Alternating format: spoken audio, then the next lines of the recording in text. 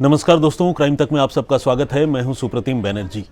आज जो कहानी मैं आप सबको सुनाने वाला हूं वो बहुत ही दर्दनाक है और इस कहानी का ताल्लुक जो है मध्य प्रदेश से है, मध्य प्रदेश के ग्वालियर शहर से।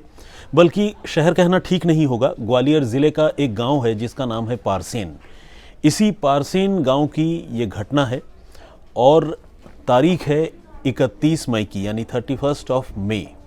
होता यह है कि 31 मई की शाम को गांव के दूसरे तमाम लड़कों के साथ 9 साल का एक बच्चा जिसका नाम ध्रुव है वो खेल रहा होता है।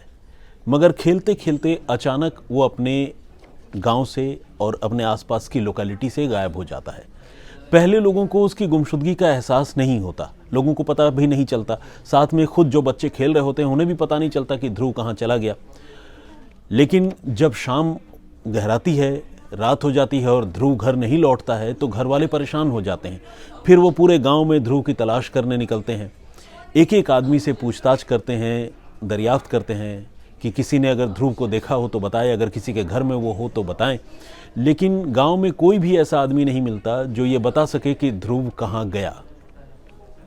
यहाँ तक कि जो बच्चे ध्रुव के साथ खेल रहे थे उन बच्चों से भी ध्रुव के माता पिता और घर वाले पूछताछ करते हैं।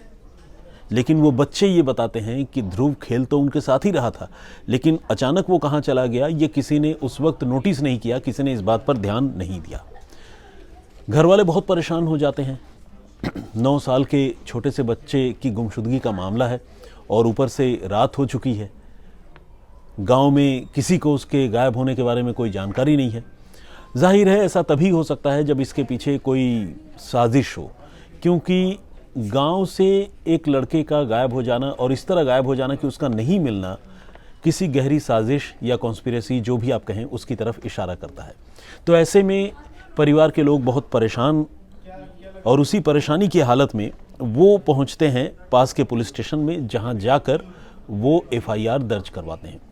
और ग्वालियर रूरल एरिया की जो पुलिस है वो इस सिलसिले में FIR तो लिखती है, लेकिन चूंकि नाबालिग के गुमशुदगी का मामला है, छोटे बच्चे की गुमशुदगी का मामला है, तो इसमें सिर्फ गुमशुदगी यानी डिसअपियरेंस का मामला दर्ज नहीं होता है, बल्कि किडनैपिंग का केस दर्ज होता है। क्योंकि एक बच्चे के गायब होने का मामला है तो किडनैपिंग का केस पुलिस दर्ज करती है और किडनैपिंग का जो मामला होता है वो गंभीर अपराध की श्रेणी में आता है।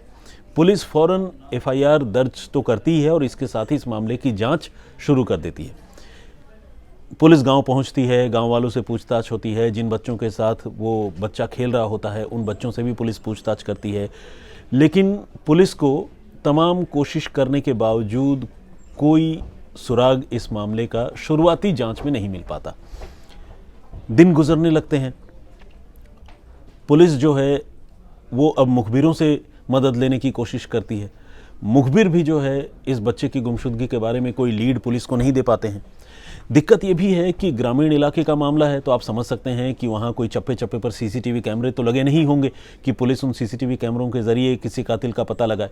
और गुमशुदगी का मामला भी एक बच्चे का है, तो बच्चे के पास, 9 साल के बच्चे के पास आमतौर पर मोबाइल फ़ोन भी नहीं होता कि उसके मोबाइल नंबर को ट्रेस करके या उसकी लोकेशन के बारे में पता करके पुलिस जो है उस बच्चे को ढूंढने की कोशिश करे।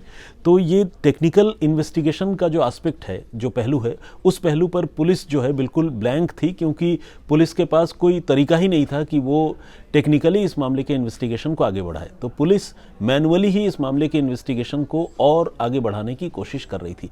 और इस तरह तकरीबन 10 से 11 दिनों का वक्त गुजर जाता है। फिर 10 जून को, यानी अगले महीने 10 जून को इस मामले में एक नया ट्विस्ट आता है। और ये कोई मामूली नहीं बल्कि बहुत मेजर ट्विस्ट है। होता ये है कि ध्रुव के घर वाले, जो पिछले कई दिनों से काफ़ी परेशान चल रहे हैं, वो जब सुबह उठते हैं 10 जून की सुबह और घर से बाहर निकलते हैं तो अपने घर के दीवार पर एक पन्ना, एक पेज चिपका हुआ पाते हैं। और उस पन्ने में लिखने वाला शख्स ये लिखता है कि ध्रुव उनके कब्ज़े में है और अगर वो ये चाहते हैं कि उनका बेटा उन्हें सही सलामत जिंदा वापस मिल जाए तो वो 6 लाख रुपए का इंतज़ाम कर ले। ये 6 लाख रुपए ध्रुव की वापसी की फिरौती के तौर पर उनको चुकाने होंगे। इसी के साथ वो जो पोस्टर है जो उनके घर की दीवार पर चिपका हुआ था, उस पोस्टर में एक मोबाइल नंबर भी होता है। घर वाले इससे देखकर और ज़्यादा घबरा जाते हैं। जो महिलाएं हैं वो रोने लग जाती हैं, क्योंकि एक तरह से उनका इमोशनल आउटबर्स्ट हो जाता है। इतने दिनों से वो परेशान तो थे ही, अब जब बाकायदा कोई पोस्टर चिपका कर फिरौती मांग रहा है तो घर वालों का घबराना लाजमी है। अब घर वाले जो है इसकी जानकारी फिर से पुलिस को देते हैं। पुलिस फिर से इस मामले में री एंटर होती है इस पूरे केस में, और जो पोस्टर मिला होता है उस पोस्टर को पुलिस वहाँ से रिकवर कर लेती है। रिकवर करने के बाद इसके बारे में, इस पोस्टर चिपकाने वाले के बारे में पुलिस जानकारी जुटाने की कोशिश शुरू करती है, और जो नंबर उसमें दिया हुआ होता है पुलिस उस नंबर को सर्विलांस पर लेती है, साथ ही उस नंबर का CDR निकालती है और ये भी पता करने की कोशिश करती है कि ये नंबर किसका है, कहाँ का है, और क्या किडनैपर ने खुद अपना नंबर दिया है या किसी और ज़रिए से किडनैपर जो है फिरौती वसूलने की कोशिश कर रहा है। आमतौर पर ऐसा देखने को नहीं मिलता जब कोई किडनैपर या गुनहगार जो है बाकायदा अपना मोबाइल नंबर किसी को दे दे और कहे कि इस नंबर पे बात करके फिरौती चुका देना, क्योंकि उससे उसके पकड़े जाने का डर होता है। लेकिन यहाँ मामला अलग है। जिसने किडनैपिंग की है वो बाकायदा अपना नंबर दे रहा है और कह रहा है कि इस नंबर पर बात करो और फिरौती चुकाओ। मतलब बिल्कुल जिसे कहते हैं फेयर डील टाइप का मामला लग रहा है। तो खैर, पुलिस अब उस नंबर के बारे में पता लगाने की शुरुआत करती है, और पुलिस ये देखकर, ये जानकर हैरान रह जाती है कि जिस नंबर के ज़रिए फिरौती मांगी जा रही थी या जिस नंबर का जिक्र उसमें था, वो नंबर जो है मध्य प्रदेश के ही सुदूर दतिया ज़िले के रहने वाली एक महिला का नंबर निकलता है। पुलिस उस नंबर पर फ़ोन करती है, उस महिला से बात करती है, और महिला पूरी तरह से क्लूलेस इस मामले से, यानी उस महिला को इस बच्चे के बारे में न तो कोई जानकारी है, न किडनैपिंग के बारे में जानकारी है, न वो इस तरह की घटना के बारे में कभी सुनी है, न पारसेन गांव जीवन में कभी आई है।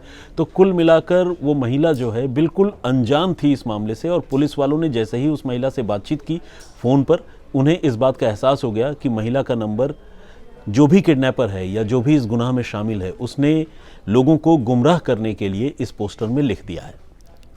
तो ये पहला ट्विस्ट तो यही था कि घर के दीवार पर किडनैपर ने पोस्टर चिपकाकर फिरौती मांगी। अब दूसरा ट्विस्ट ये आ गया कि नंबर जो है वो गलत निकला और नंबर वाली बात झूठी निकली। यानी कोई ऐसा ज़रूर था जो पुलिस के इन्वेस्टिगेशन को डिरेल करने की कोशिश कर रहा था और इन्वेस्टिगेशन को भटकाने की कोशिश में लगा हुआ था। तो खैर, पुलिस अब इस मामले की जांच और आगे बढ़ाने का फैसला करती है, और पुलिस ये तय करती है कि चूंकि नंबर वाली बात गलत निकली है तो हो सकता है कि गांव के ही किसी आदमी ने शरारत करके ये पोस्टर चिपकाया हो, और गांव के ही कोई आदमी ऐसा होगा जो इस बच्चे की गुमशुदगी के पीछे होगा, जो लोगों को गुमराह करने की कोशिश कर रहा है। इस तरह से पुलिस जो है वो परिवार के करीबी लोगों पर, नाते रिश्तेदारों पर, गांव वालों पर शक करने लगी, और पुलिस को लगने लगा कि हो ना हो इस बच्चे की किडनैपिंग में कोई बहुत क्लोज आदमी का हाथ हो सकता है। अब पुलिस जो है, जितने लोग उस परिवार के साथ थाने में आते थे या जितने नाते रिश्तेदार आते थे, उनसे जो भी बातें होती थी, पुलिस सारी चीज़ों को याद करने लगती है, और इसी कोशिश में पुलिस को एक नौजवान की बात जो है वो ध्यान में आती है। एक नौजवान का ख्याल आता है। इस नौजवान की उम्र तकरीबन 27 साल है और उसका नाम है जितेंद्र माहौर। तो ये जो जितेंद्र माहौर है ये इसी परिवार का मेंबर है, और ये जो बच्चा गायब हुआ है उसका चचेरा भाई है। तो जितेंद्र माहौर जो है वो पुलिस को ये बताता है कि किस तरह से उसका भाई गायब हो गया और किस तरह से वो बहुत परेशान था और अपने घर वालों के साथ लगातार वो बच्चे को ढूंढने में लगा हुआ है। तो इस तरह की तमाम बातें जो है वो जितेंद्र माहौर से पूछताछ करने पर पुलिस को पता चलती है। लेकिन उसका जो बॉडी लैंग्वेज है उसे देखकर अब पुलिस को कुछ खटका सा होने लगता है। पुलिस को लगता है कि शायद जितेंद्र माहौर जो है वो कुछ छिपा रहा है या पुलिस को कुछ बताने से घबरा रहा है। इस तरह की बात जो है वो पुलिस रियलाइज़ करने लगती है। फिर पुलिस को ये लगता है कि क्यों नहीं इसी लड़के को एक बार बुलाकर इससे पूछताछ की जाए और ये समझा जाए कि इस केस के पीछे कहीं उसकी या उसके किसी जानने वाले की कोई भूमिका तो नहीं है, क्योंकि ये वो लड़का है जो घर वालों के साथ बहुत ही एक्टिवली बढ़ चढ़कर पुलिस स्टेशन बार बार आ रहा था और बार बार जो है पुलिस वालों पर यह दबाव बना रहा था कि उस बच्चे को ढूंढने में वो अपनी सक्रियता दिखाएं। इस तरह के बहुत सारे मामले पहले भी देखे गए हैं जिसमें मुलजिम जो है खुद अपने ऊपर से शक हटाने के लिए पुलिस के पास चले जाते हैं और पुलिस पर बहुत ज़्यादा प्रेशर माउंट करते हैं, दबाव बनाते हैं। तो पुलिस को लगने लगा कि कहीं ऐसा ना हो कि जितेंद्र भी उसी तरह का जो है कोई साजिश या चाल कर रहा हो, रच रहा हो।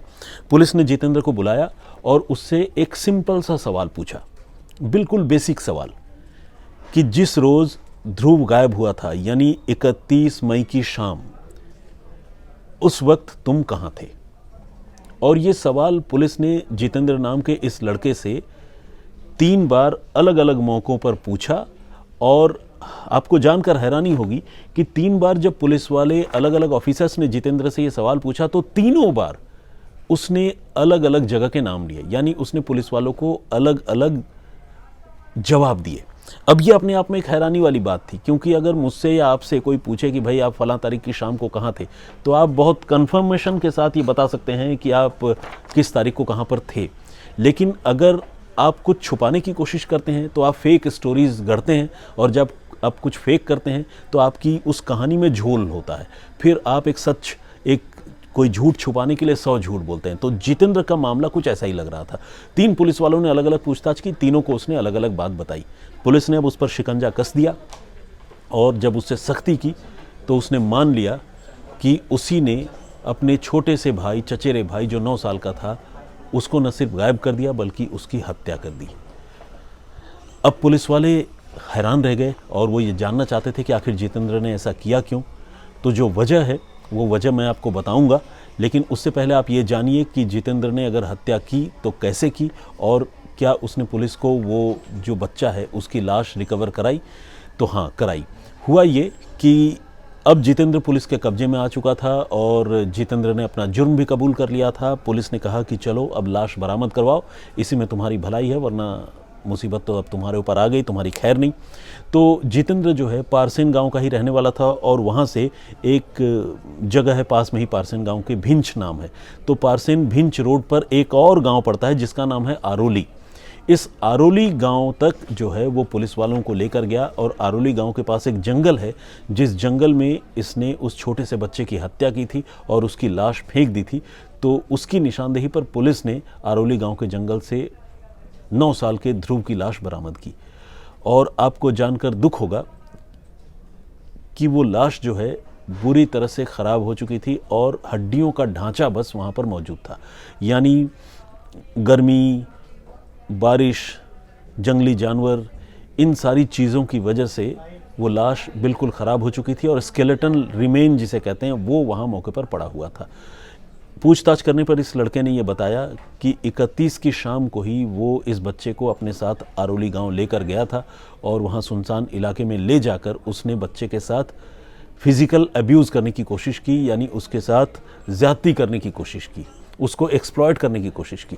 और जब उस बच्चे ने इसका विरोध किया तो इसको लगा कि बच्चा विरोध कर रहा है और ये घर जाकर उसकी पोल खोल देगा, तो उसे लगा कि अब अपनी पोल खुलने से बचाने का या बचने का तरीका यही है कि वो बच्चे की हत्या कर दे। तो उसी जंगल में एक पानी से भरा हुआ गड्ढा था, जिस गड्ढे में उसने इस बच्चे को पकड़कर औंधे मुंह दबा दिया, लिटा दिया और उसके पीठ के ऊपर बैठ गया और तब तक बैठा रहा जब तक कि पानी में दम घुटने की वजह से उस बच्चे की मौत नहीं हो गई। और ये दरिंदा अपने ही छोटे भाई, चचेरे भाई की इस बर्बर तरीके से हत्या करके वहाँ से वापस घर आ गया और घर आकर जो है उस बच्चे को ढूंढने का फिर से नाटक करने लगा। तब तक घर में भी हल्ला हो गया था, मोहल्ले में भी लोग ढूंढने लगे थे और उसके बाद से लगातार ये घर वालों के साथ कभी पुलिस के पास आता, कभी मोहल्ले में ढूंढता और बहुत ही एक्टिवली अपने चचेरे भाई को ढूंढने की कोशिश कर रहा था। लेकिन आपको पता है कि कोई कातिल या गुनहगार कितना भी शातिर क्यों ना हो, उसकी पोल देर सवेर खुल ही जाती है और इस मामले में भी ऐसा ही हुआ और जितेंद्र माहौर नाम के इस कातिल को, इस आरोपी कातिल को वहाँ की पुलिस ने, ग्वालियर ज़िले की पुलिस ने फाइनली अरेस्ट कर दिया। तो आज की कहानी यहीं तक। आई होप आप लोगों को इस कहानी ने विचलित भी किया होगा, लेकिन साथ ही ये भी समझ में आया कि अपने लोग भी कई बार कितने गैर की तरीके से और गैर इंसानी तरीके से पेश आते हैं। इस लड़के ने देखिए अपने छोटे भाई तक को नहीं बख्शा और अपनी हवस और गलत इरादों की वजह से इस बच्चे की उसने जान ले ली। तो आइए अब कुछ कमेंट्स पढ़ते हैं जो आपने मेरी प्रीवियस स्टोरी पर किए थे, और मैंने आपको बताया था कि किस तरह से एक कत्ल का मामला एक लाश के पैर में लगे स्टील के रॉड से सुलझ गया। उस मामले पर आप लोगों ने जो कमेंट किया था, आइए कुछ स्टोरीज़ में जो कमेंट है वो कमेंट और कुछ लोगों के नाम पढ़ते हैं। विनय कुमार जी ने कमेंट किया है, थैंक यू वेरी मच, उन्होंने कॉम्प्लीमेंट दिया है। जॉन डायस है ये, इन्होंने लिखा है well explained, hats off to you, God bless you and your family, take care. Thank you very much John ji, बहुत धन्यवाद आपका। अभिमन्यु मौर्य जी ने भी कमेंट किया है और बताया है कि इस तरह से किसी की हत्या करने वाली या हत्या करने वाला जो भी हो वो समाज पर एक धब्बा है। शिबा अजीम ने कमेंट किया है, बहुत बहुत स्वागत है आपका, उन्होंने भी कॉम्प्लीमेंट दिया है। प्रभजीत सिंह ने भी अपनी बात रखी है। ईश्वर पाटिल का कमेंट है। परमजीत होरा ने अपनी राय रखी है। और इसके अलावा सिया हैं, वो रेगुलरली कमेंट करती हैं, चंडीगढ़ से हैं, उन्होंने अपने बारे में बताया है। प्रदीप भंबू जी हमारे रेगुलर लिसनर हैं। अरण्या दिम के नाम से एक आईडी है, उन्होंने भी अपनी बात रखी है, बहुत बहुत स्वागत आपका। सतनाम सिंह जी हैं, मामूनी बोरगोहां रेगुलर लिसनर हैं। सुप्रिया पाटिल जी हैं। रूपा चट्टोपाध्याय हैं, उन्होंने वेरी नाइस नरेशन लिखा है।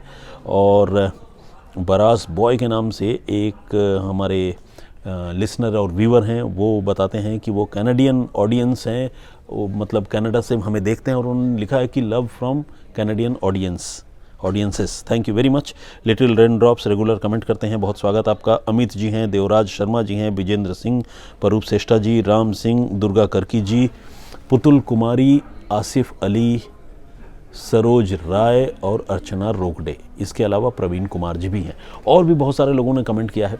100 अभी तो कुछ ही घंटे हुए हैं, लेकिन 100 से भी ज़्यादा लोगों के कमेंट्स आ चुके हैं।